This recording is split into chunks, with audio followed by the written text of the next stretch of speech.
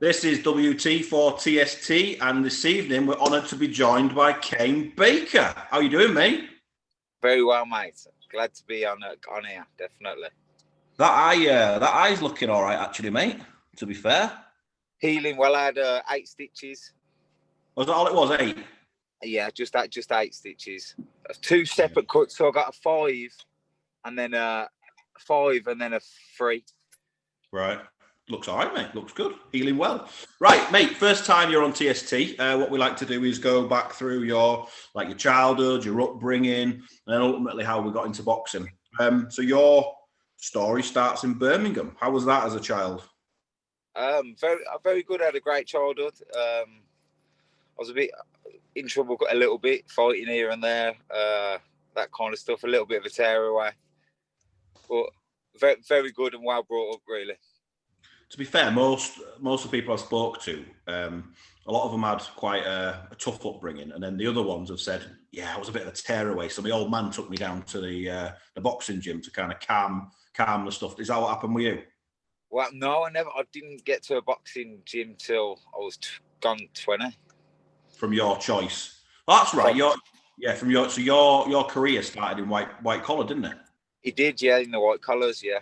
So what happened? You just fancied a bout and I was getting into trouble in the pubs fighting, and there was a doorman who had a bit of a boxing thing, and he said you should do a bit of boxing, release some of that energy you got. And then I had one against one of their lads. I didn't train or do nothing. I had a good scrap with him, but I lost it. And then I didn't fight for a couple of years, but I would go down the gym and do some sparring. You know, when you built up some frustration over a month, every month or so, I'd be popping in the gym and doing some sparring or some kind of training. But they was always asking me to fight loads of gyms, and I said, "No, I don't want to box again." And then one day they said to me, "We got a fight for you in the Irish Centre," and I always wanted to kind of fight in the Irish Centre. And I said, "Oh, I don't really want to do the boxing." I said, "It's against the policeman." One that arrested you in the past. and that kind of bent my arm, and I was well up for it. Like I said, "Yeah, I'll have some of that." And yeah, legally beat up a policeman. So you won, yeah. Yeah. I stopped it. So when we're talking about your white collar, you said you didn't really enter a boxing gym or whatever until you're 20. What did you do after school and stuff then? I got a job in a bank. Right. So I was working in a bank, but I was a bit of a wild one. So I was very good Monday to Friday, but on the weekend I would be partying and getting into trouble. And I actually got caught up in a murder case, and I lost my job in the bank, and I kind of went homeless, and I hit the bottle, and I hit drinking drugs pretty hard, to be honest. And I lost my job in the bank, and I had no work, no home. And I met my partner, and she kind of edged me back into the boxing even. And then I took a few fights just to get a bit of change to get somewhere for us to live and stuff like that, keep a roof over our heads. And I was taking fights on a Friday, on a Saturday, on a Sunday, any which way I could, just to get the 150 or 250 quid that they was offering, just to get by.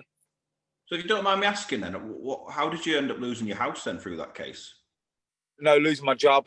I would lose my house. My mum had a lot of trouble from this case that was going on, and we had the house smashed up and a lot of threats. So my mum moved out of Birmingham, and obviously I didn't choose to go with. I wanted to stay in Birmingham, but I didn't have anywhere to stay. So my partner obviously had a car, and we was staying in hotels until the money ran out, and then I told her a lot of truths that I'd been on the drink and the drugs, and she stuck by me. Her family gave up on us really, and we were staying in her car and things like that for about 3 or 4 weeks. We stayed in a little Fiesta and just going to other places and service stations for showers and stuff like that. Jesus, mate, I didn't know any of that. Bloody hell. Yeah.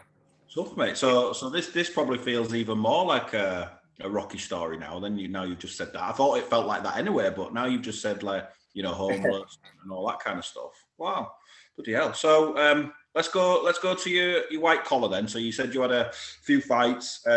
How did that ultimately lead you into the pros then? So I was taking quite a few white collar fights, and my name was going round. Then there was a tournament for Frank Warren, which was actually a Queensbury one. It wasn't professional. It's called Total Combat,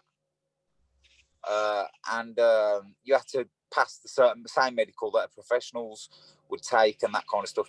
I didn't get to fight in the Total Combat. I only went as a reserve because I was the lightest in the tournament, I think. But I went there and I'd more or less passed my medical for a professional. And I spoke to my first manager who I signed over with, PJ Rouse, and I met him. And we kind of got off, and he says, I know you haven't fought tonight. He said, but maybe you should think about turning pro. You've come this far. And then it just went from there. Within a couple of weeks, I turned over. It's an unconventional route really now, isn't it? From, most people have a long amateur career, 5-10 years, or you're straight into the pros. So we'll go 2016, your pro debut. And actually, to skip a little bit further forward, you win your first 4 fights, and then they put you in against Conor Benn. So how did that feel? What did that feel like? One, with it being Conor Benn, or probably more at the time, Conor Benn's, Nigel Benn's son. And then how did it feel as in tasting your first defeat after having such a good start? I wouldn't change any of it. It was a great experience. I remember being in I think it was at a press conference for my 4th fight, which was I was meant to be the home fighter, and then my manager got a call. Does anyone want to fight Conor Benn? And the first time I was meant to fight him was on the AJ card. And there was a few boxers in there, and all of them said no. And I remember thinking, why was no one saying yes to this? And I'll put my hand up. I was like, if I can fight, I'll fight him. Which is kind of how my attitude was anyway with the boxing. And my manager just put my name forward, and they said yeah. And I was literally on my way, and my medical had run out on that day. So I missed the AJ bill, but there was a little bit of needle between me and Conor. And a lot of fans had said stuff. He said, give Kane the rematch. And they give me an extra couple of weeks. And we had the rematch at York Hall. Very good. It didn't last long. What was it like in York Hall? Because it can be quite, quiet, can't it? Yeah, it was. I just remember it was quite intimidating, to be honest. I remember going there thinking, wow, this is, and thinking about the telly and all that kind of thing come into play at once. And you have to experience it to know what it feels like. But I was out of my comfort zone very, very much so, and it was a very big welcome to the professional ranks against some elite fighters. And do you feel that pressure? When you know it's going on TV, do you feel more pressure? Yeah, definitely. But the more you go on there, the more you kind of adjust and you're used to it. But I remember, I'll never forget walking out, and I sold a lot of tickets. I think I sold about 150, 200 tickets. And I remember walking out, and every person I'd sold a ticket to, it was like their face was lit up with sunbeam. I could see every single person as I walked out. And then I thought, wow. And then I remember standing in the ring and rubbing my feet on the thing and the Sky Sports camera. And I just remember thinking about myself being at home as a fan, watching it. And I thought, bloody hell. And then, yeah, it just got a lot. Everything got a lot in there. And it was, it was hit me hard, to let me say. Well, yeah, you probably did get it hard. The next bit I want to ask you, because it's quite a strange one, this. So talk to me about the events around you getting into trouble for wearing a football shirt into the ring. So it was the Midlands title. I'd been to Saudi Arabia. So I asked my manager, is there any chance I could fight because that was my dream, to get a Midlands title. And he says, I don't think you're going to be able to get one. Then a fight come up in Saudi Arabia. And I was on the back of 2 wins anyway before that. And so I thought I could maybe fight from Midlands. And but anyway, I took the fight in Saudi Arabia and I got stopped by Darren Surtees. He's a good fighter. And I come back and I kind of thought I was down in the dumps. And Then they said, "Do you want the Midlands title fight?" And I thought, I've just lost. How am I entitled to it now? But I was obviously the opponent, the away boxer, really. And it was at Villa Park, which tilted it towards me because my granddad, John Bennett, was a massive Villa fan. I'm a Blue Nose, but he was a Villa fan. But and it was very shortly after he died. And we made a plan between the family that I was going to fight there for the Midlands, and we was going to spread his ashes on the same night. Oh, wow.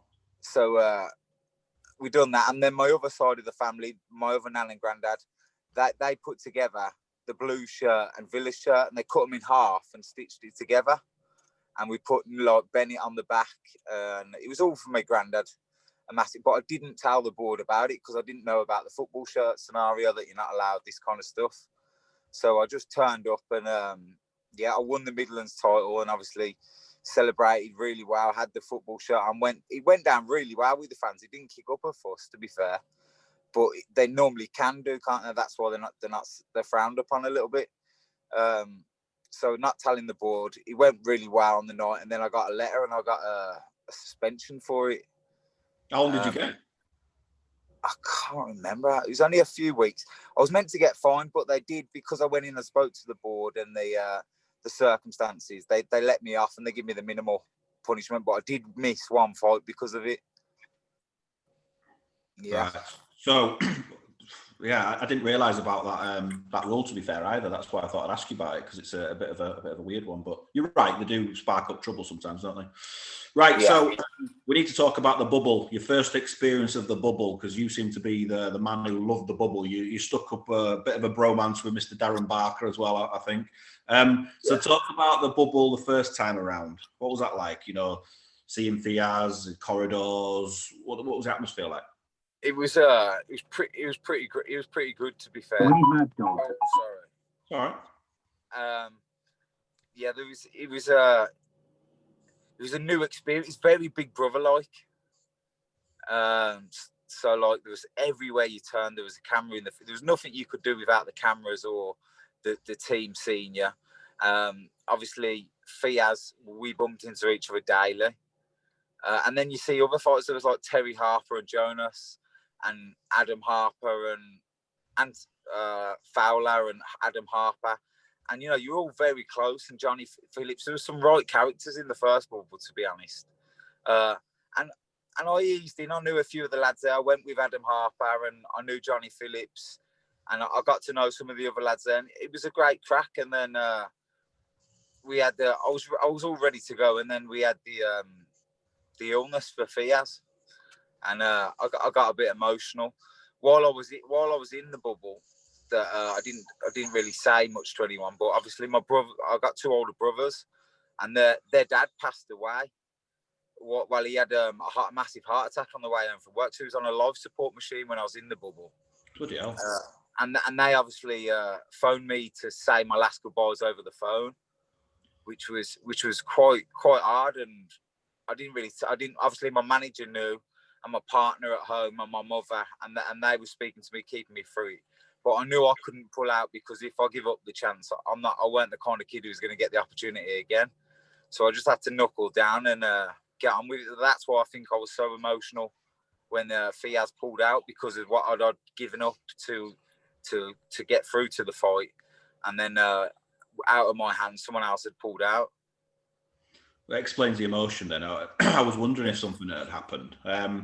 All right, cool. Well, not, but right. Let's fast forward. Let's fast forward to this weekend, or last weekend, should I say? I think you've gained a hell of a lot of fans, haven't you? I have, yeah. I'm a fan with fans. But even just your attitude, that you've been so open about being a fan with a boxing license, and you know, I think this even the Fiaz pull out and then the rematch and all that, even that whole period of time, I think you've gained a hell of a lot of support. How's that feel? It feels really, really good. And like, people want to know my story, which it's just it's crazy, really. You pinch yourself, because I've always took the benefits I've had of being a professional boxer for myself, for fans, like seeing behind the scenes and going to these great venues and meeting these fighters and seeing what happens behind closed doors and when the raps go.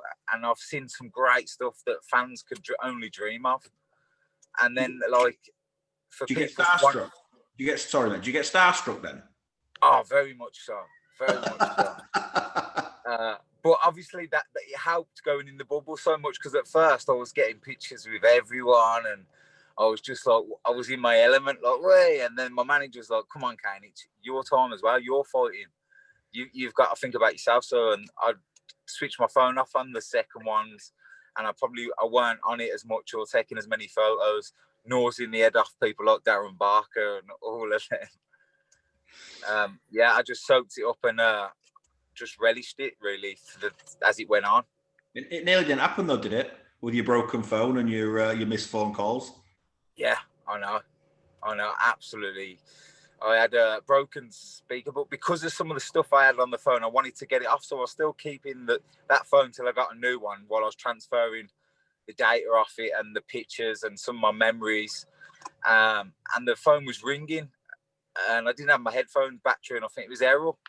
And I thought I'd have fought a week before, and I'd put on a bit of weight, and I hadn't even been in the gym. And I thought, Errol ringing, that's weird. And then the phone stopped, and then it says, it's urgent, ring me. And I kind of knew then that something might be in the pipeline. And my partner phoned Errol, and they said about the fight. And obviously I jumped at it with both hands. I had a bit of weight to lose in the day or two, but I was straight on the sweatsuit on and I was out the door. So you get in the ring, you get past all that, you get in the ring. What's going through your mind at that point, knowing what happened the last time you were in? Everything, it was kind of a dress rehearsal the week before. That's how I took it, kind of thing. So everything, I watched the fight back the night before. I fought against Spear.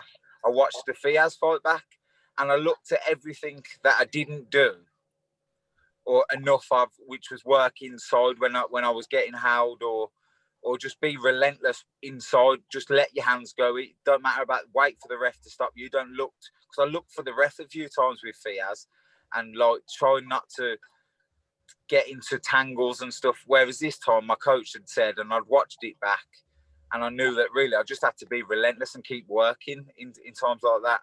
So I looked through what I didn't do, and I just thought I got to leave it all in there, because I come out of the Fiaz fight, and even though it was an 8 round, I could have done 10 or 12, because I didn't leave it all in there, as they say. So I knew I just had to leave it all in there with a spear, and that's what I think I did. So you get through the fight, the final bell goes. What are you thinking? Did you know you'd won, or? I knew I'd won, but it was weird because the week before, my corner was quite confident. And in the round, so it was like, yeah, I think you've won that one. Keep doing working. You got to throw a bit more, but you're doing quite well. And then this time they were saying to me, you've got to work more. And I thought, bloody hell, I was doing quite well. And I was like, Kane, you've really got to work. You've got to step on it.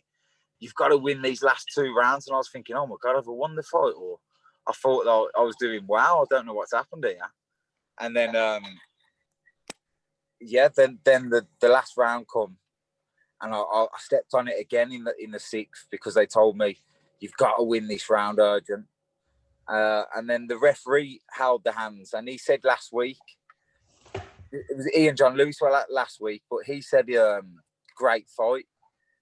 And I thought I'd done enough maybe against Fiaz, so I was expecting to win. And the referee said the exact this time, and I thought, oh my God, I don't think I've done enough. And then he said the B for Birmingham. He's from Birmingham, and I knew then, and it was because of the emotion and the downness from losing the week before. I think it made it even more sweeter that I'd got it this week. So it was just pure elation. And then the emotions start coming. You run into the corner and you address Bellew. Yes, because a lot of people had sent me a video of him calling me a tit and saying, stay. He said to his fighter to stay away from the tit. Just wait till you punch him in the face on fight night.